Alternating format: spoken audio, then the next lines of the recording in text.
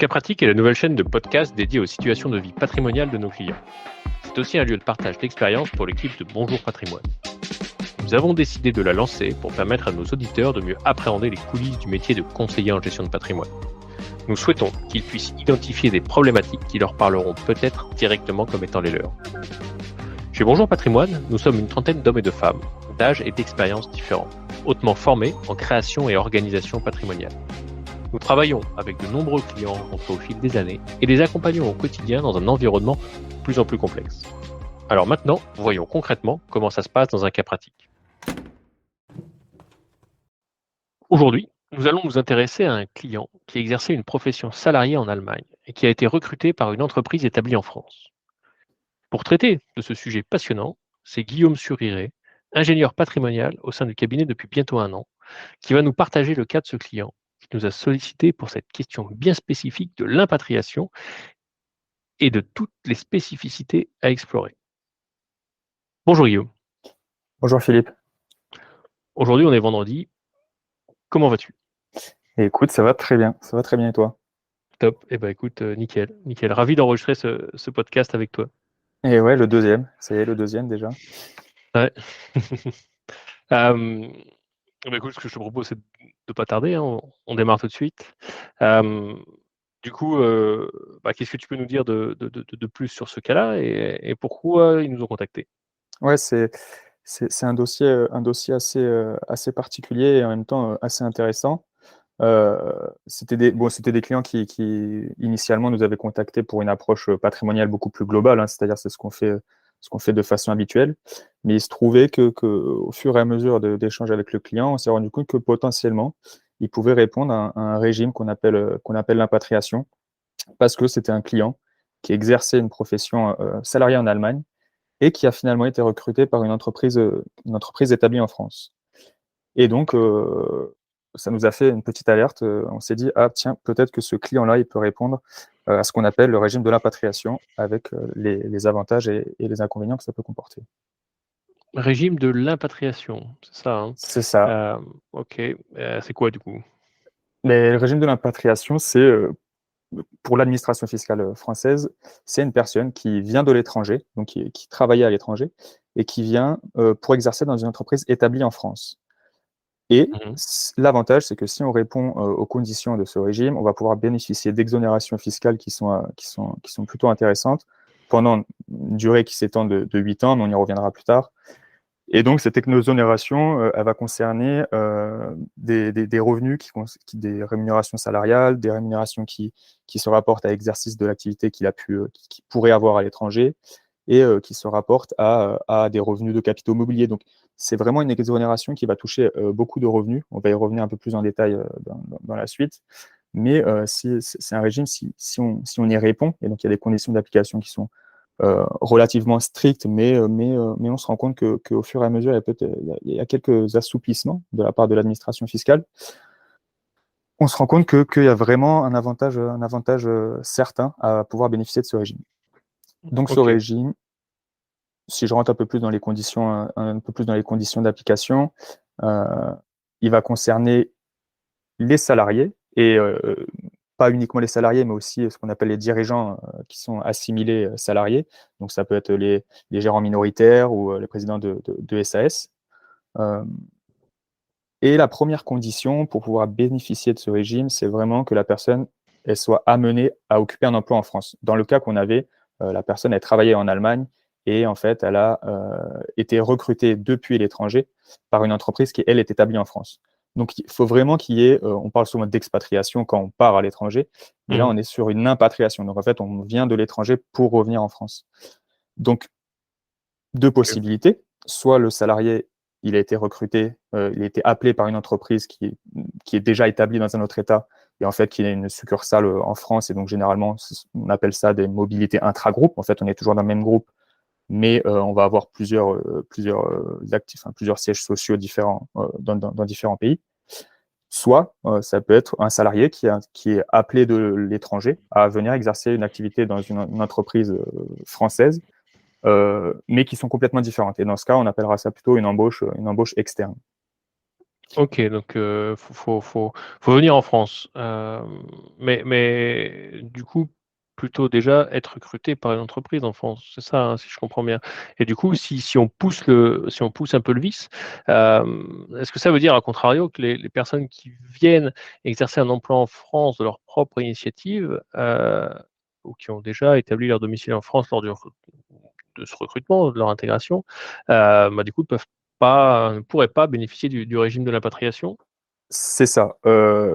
Sur le principe, la doctrine administrative, elle considère qu'il faut vraiment être appelé de l'étranger ou en tout cas avoir eu des échanges déjà en amont avec l'entreprise étrangère euh, pour pouvoir exercer, pour pouvoir bénéficier de ce régime. Or, si moi, de mon propre chef, je décide, travaillant en Allemagne, je décide de venir travailler en France, je fais, entre guillemets, je passe des entretiens pour aller dans une entreprise sans en avoir été appelé, en principe, je ne peux pas bénéficier du régime. Or, c'est là où Ok. je reviens sur ce que je disais un peu avant, c'est-à-dire qu'on remarque qu'il y a parfois il y a de plus en plus d'assouplissement sur ce régime, justement pour permettre, entre guillemets, à plus de personnes de pouvoir en bénéficier. Et en fait, on a un arrêt récent, hein, donc tout récent qui date de juin 2022, un arrêt de cour d'appel. Hein, donc potentiellement, ça ne veut pas dire que le processus juridique est terminé, mais en tout cas, ça nous permet quand même déjà d'avoir des pistes. Euh, qui dit que finalement, on avait le cas d'une personne qui avait postulé à une offre d'emploi en France, donc il n'y avait pas eu initialement de recrutement depuis l'étranger, mais elle a permis justement à cette personne de pouvoir bénéficier du régime fiscal des impatriés et de tous les avantages que ça découle.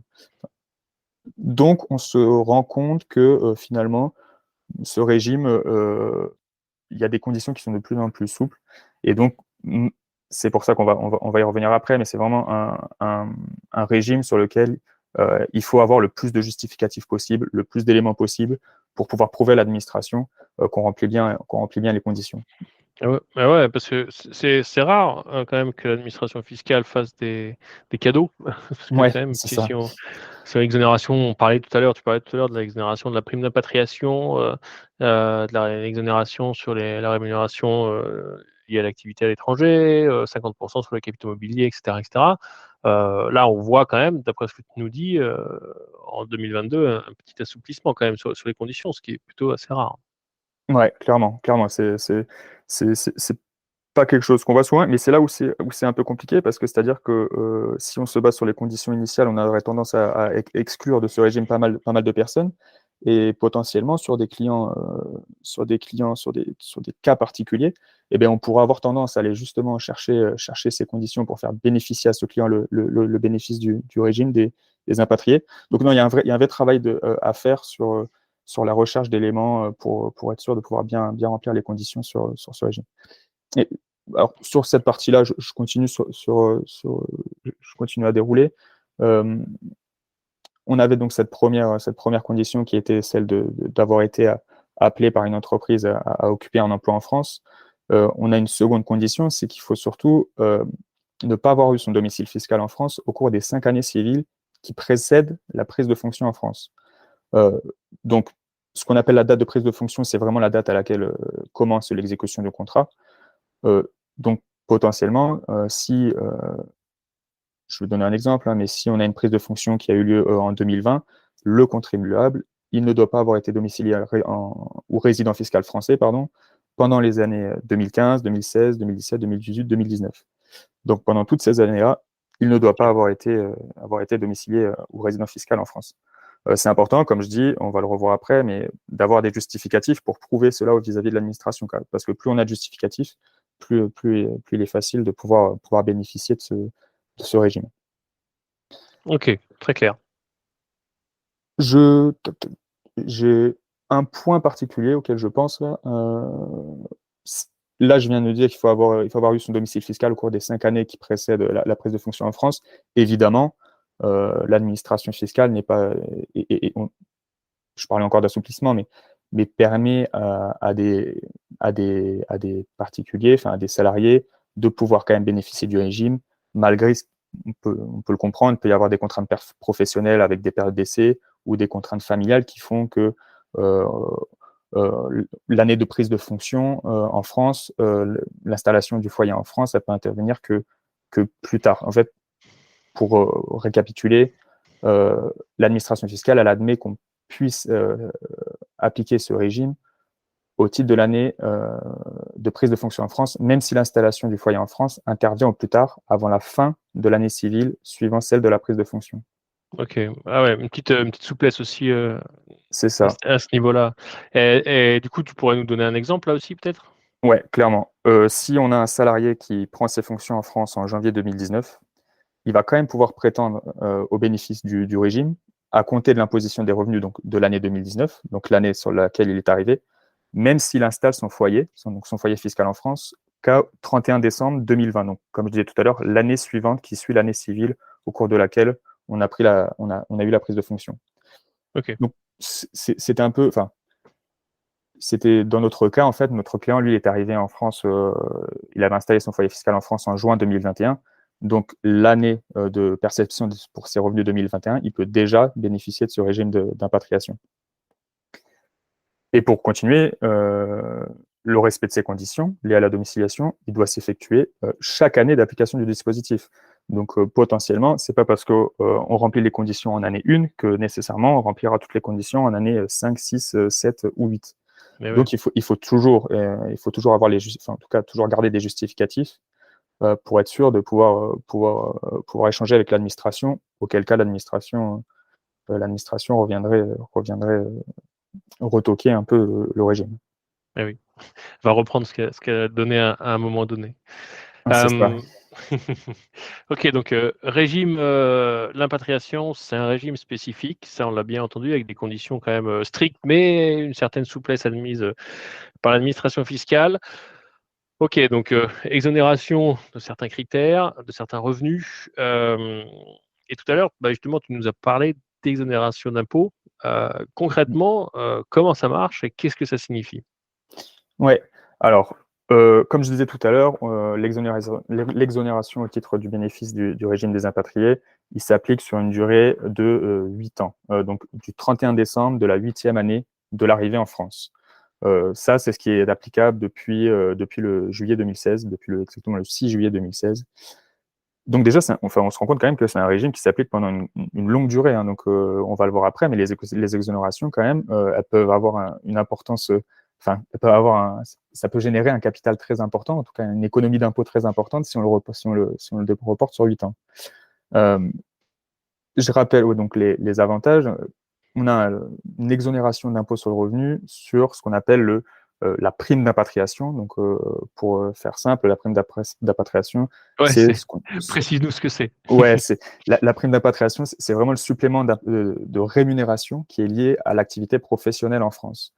Euh, Généralement, la même fonction qu'on exerce dans une entreprise, dans le cadre de l'impatriation, on va avoir ce qu'on appelle une prime d'impatriation. Donc, si je prends les mêmes fonctions dans une entreprise, si on a 100 000 euros, potentiellement, celui qui bénéficie du régime des impatriés, il peut avoir une prime d'impatriation. Donc, je fais un exemple, mais de 30 000 euros. Et donc, on aura 130 000 euros. La rémunération correspondra à 130 000 euros. Mmh. C'est ce supplément de rémunération qui correspond à la prime d'impatriation.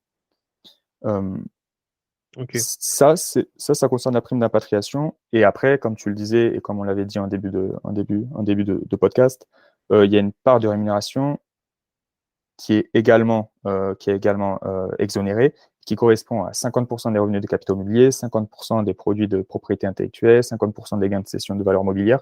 Bon, ça, généralement, ça rentre, entre guillemets, dans l'analyse qu'on fait, mais ce qui nous concerne le plus principalement, en tout cas ce qui nous concernait, nous, dans notre cas, c'était vraiment la prime d'impatriation en tant que telle. Cette prime d'impatriation, donc on vient de l'expliquer, généralement, le principe, c'est qu'elle est prévue dans le contrat de travail. Généralement, elle est prévue dans le contrat de travail si c'est une mobilité, quand je dirais intra-groupe. C'est souvent dans ce cas-là on va l'avoir dans le contrat de travail parce que c'est géré au sein du groupe et donc ils savent faire avec les impatriations. Sauf que l'administration fiscale a bien reconnu que dans les cas où on était recruté depuis l'étranger, généralement, ce n'était pas du tout prévu dans les contrats de travail. Donc, elle a prévu, quand la prime d'impatriation n'est pas prévue dans le contrat de travail, elle a permis d'avoir ce qu'on appelle une évaluation forfaitaire, en fait, qui correspond à 30% de la rémunération nette totale. Donc ça, comme je le dis, ça va vraiment concerner les personnes qui sont recrutées directement de l'étranger et quand le contrat de travail ne prévoit pas de prime d'impatriation. C'était Petit, le cas du pardon, excuse-moi, Guillaume, c'était le cas du ouais, coup du client? ouais, c'est ça. Dans son contrat, il y Ça? avait pas, ouais, c'est ça, il y avait pas de prime d'impatriation qui était prévue. Donc, potentiellement, on s'est redirigé vers l'exonération forfaitaire qui correspond, comme je disais, à la rémunération, à 30% de la rémunération nette totale. Donc, encore une fois, si je reprends un exemple assez simpliste, mais si ma rémunération est de 100 000 euros, on pourrait prendre forfaitairement 30% et dire que j'ai 30 000 euros qui correspondent à ma prime d'impatriation et Mmh. que le reste, c'est-à-dire les 70 000 euros, ben, correspondent à ma rémunération, on va dire, classique. Mais il y a pas une limite à ça? Parce que présenté comme ça, on dirait que c'est assez, Ouais. étendu. C'est ça, on aurait tendance à dire on prend la rémunération, on applique 30% et on bénéficie, enfin, entre guillemets, on bénéficie des avantages du régime. En fait, il y a quand même une limite à tout ça, c'est que il faut respecter ce qu'on appelle une rémunération de référence. Et en fait, comme si je reprends mon exemple de tout à l'heure, si j'ai une rémunération annuelle, par exemple, de 150 000 euros, euh, si j'ai une prime d'impatriation qui est prévue dans mon contrat de 50 000 euros, je peux avoir une exonération en totalité si j'ai un revenu de référence qui est inférieur ou égal à 100 000 euros. Donc, les 50 000 euros de prime d'impatriation pourront être exonérés en totalité. Mmh. Par contre, si la rémunération de référence au sein de la société, elle est limitée à, je vais dire, 110 000 euros, on aura du coup une exonération de la prime d'impatriation de 40 000 euros. Donc, en fait, on se rend bien compte que cette rémunération de référence, elle est très importante. Et c'est pour ça qu'il faut bien, c'est vraiment la chose sur laquelle c'est presque le plus difficile à définir, enfin en tout cas à avoir l'information de la part des clients. Et c'est vraiment ça qui va permettre de déterminer à quelle hauteur on va pouvoir bénéficier des avantages de la, du régime des impatriés. Et cette rémunération de référence, elle correspond en fait à la somme qui est versée, enfin à la rémunération qui est versée pour des fonctions analogues dans l'entreprise. Euh, Encore une fois, si la rémunération de référence dans mon entreprise elle est de 100 000 euros et que, comme je disais, j'ai 150 000 euros de revenus, le reliquat de 50 000 euros correspondant à ma prime d'impatriation pourrait être exonéré. Par contre, encore une fois, si j'ai une rémunération de référence qui est à 110 000 euros et que j'ai une rémunération annuelle à 150 000 euros, je pourrais avoir en exonération que 40 000 euros. OK, entendu. Heu, bah, c'est clair. Ça a l'air quand même, ça a l'air quand même très, très encadré Mm. et je suppose que, bah, du coup, pour bénéficier du régime, il faut soit se faire entourer d'avocats fiscalistes peut-être, soit d'un service RH dans l'entreprise dans laquelle on travaille ou d'un CGP aussi, c'est une bonne idée.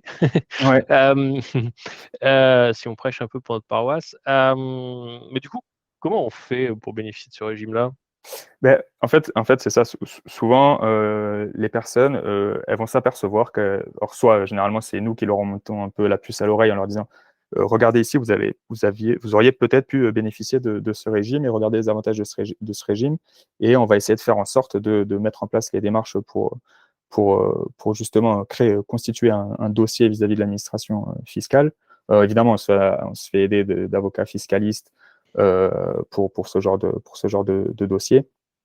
Mais souvent, ce qui se passe, c'est que les clients, ils reçoivent leur avis d'imposition, ils se rendent compte qu'ils auraient pu bénéficier de ce régime et ils se disent, mais comment je fais pour rectifier en fait ma déclaration d'impôt.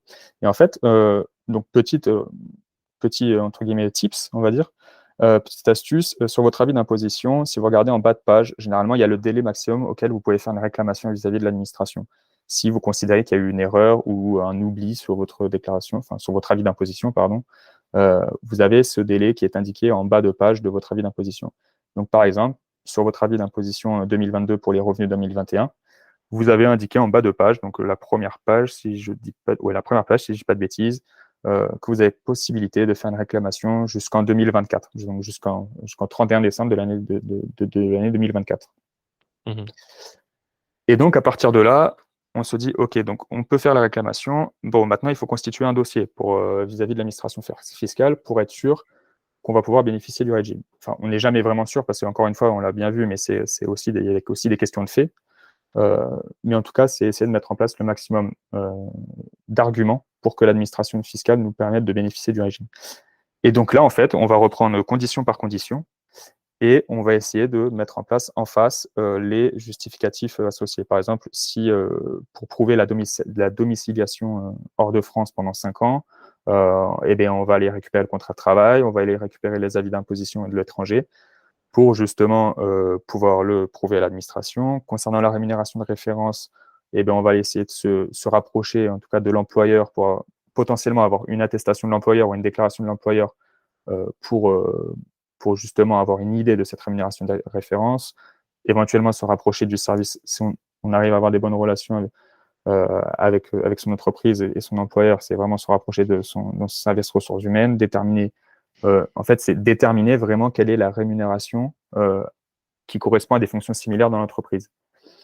Et donc là, à partir de là, on pourra essayer de déterminer la rémunération de référence, sur laquelle on pourra justement faire bénéficier le client de l'exonération d'impôt. En fait, c'est ça, hein, on reprend vraiment condition par condition, on ajoute les justificatifs, à la fin, on crée un document dans lequel on va réécrire en papier, en format électronique à l'administration toutes ces informations, pourquoi on remplit ces conditions, quel est le niveau de la rémunération de référence. C'est vraiment donner le plus d'informations possible à l'administration. Et ensuite, tous ces documents, on les envoie par courrier recommandé.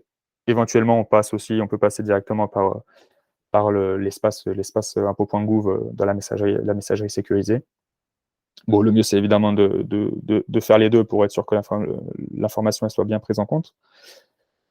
Donc, il y a vraiment un gros travail quand même de recherche de documents, de se rapprocher de son service, enfin de ses services employeurs. Ouais, je vois ça.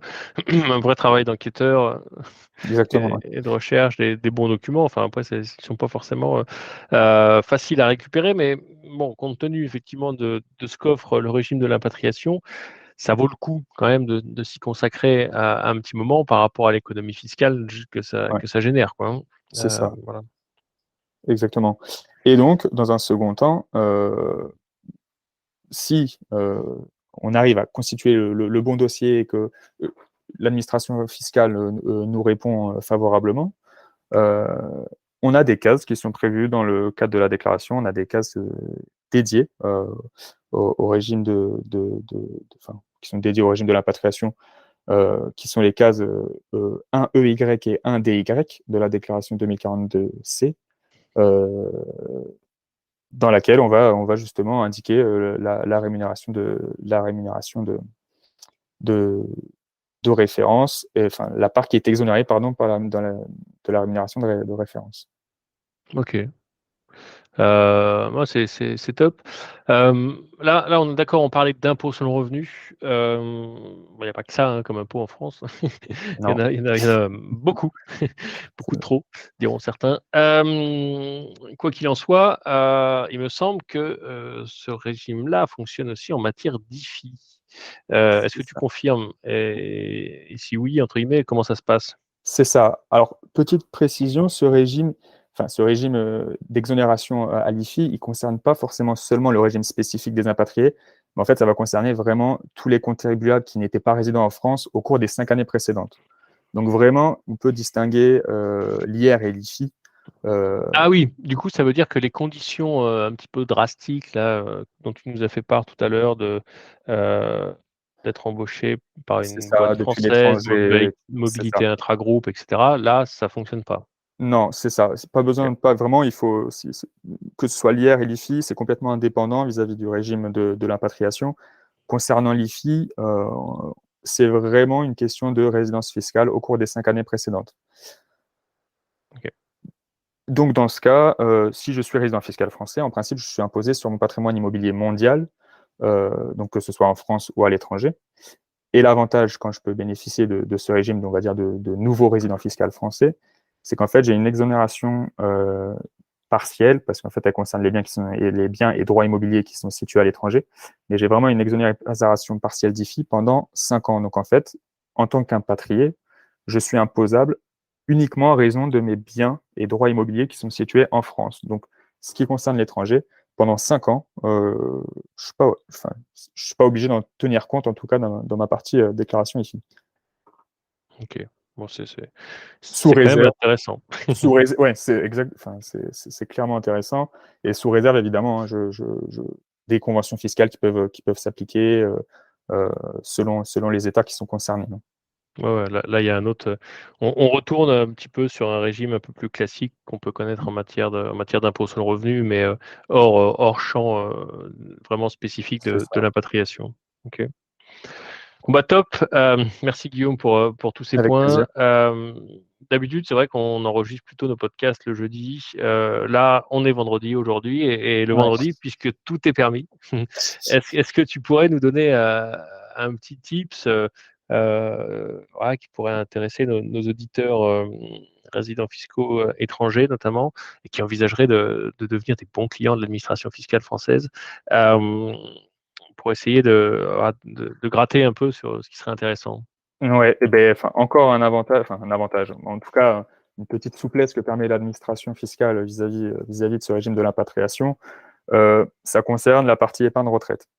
Si vous avez un plan d'épargne retraite, de façon classique, là, je ne parle pas du régime des impatriés en particulier, mais vous avez possibilité de faire des versements dessus, et les versements que vous faites dessus, ils sont déductibles de vos revenus. Ils sont déductibles dans la limite d'un plafond, et ce plafond, il est calculé fonction de vos revenus. Or, pour une personne classique, donc par exemple, je prends ma position à moi, mon plafond d'épargne retraite, mon plafond de déduction d'épargne retraite, il est calculé selon mes revenus de N-1. Donc, si je suis impatrié, on comprend tout de suite que je n'ai pas eu de revenus l'année d'avant. Donc, potentiellement, je n'ai pas de plafond de déductibilité qui peut être constitué.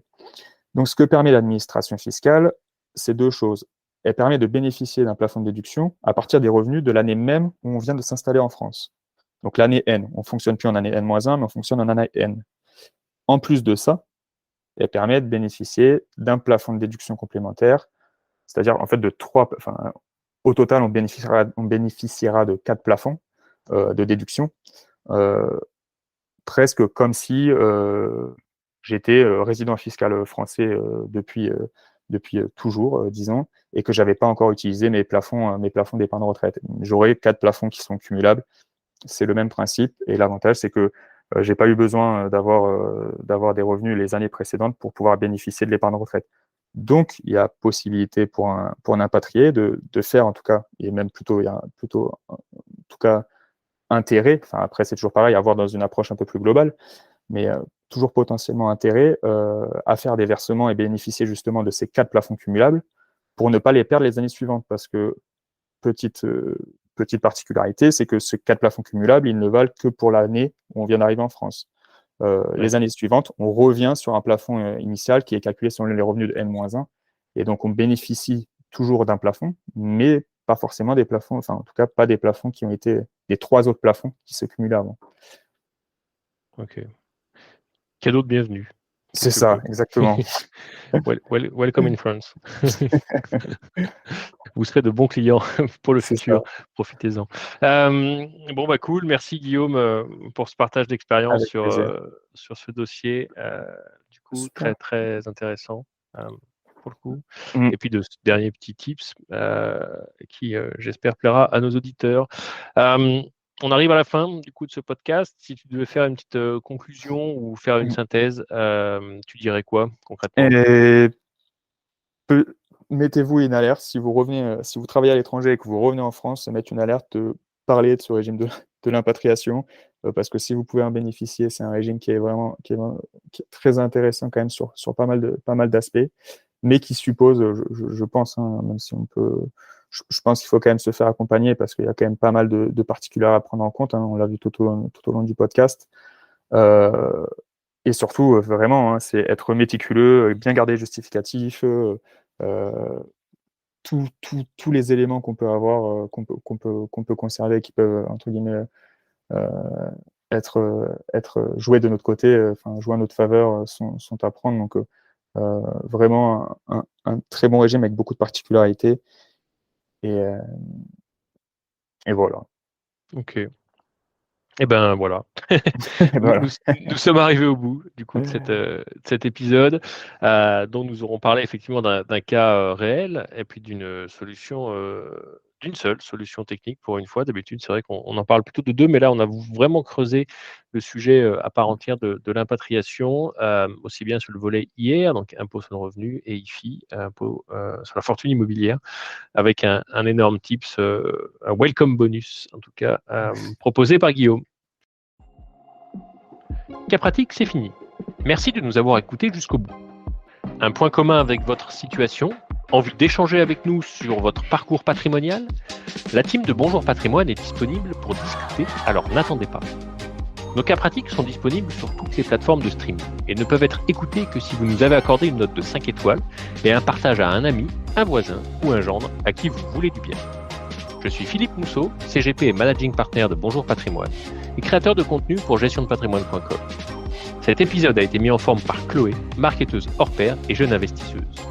À très vite pour un autre cas pratique.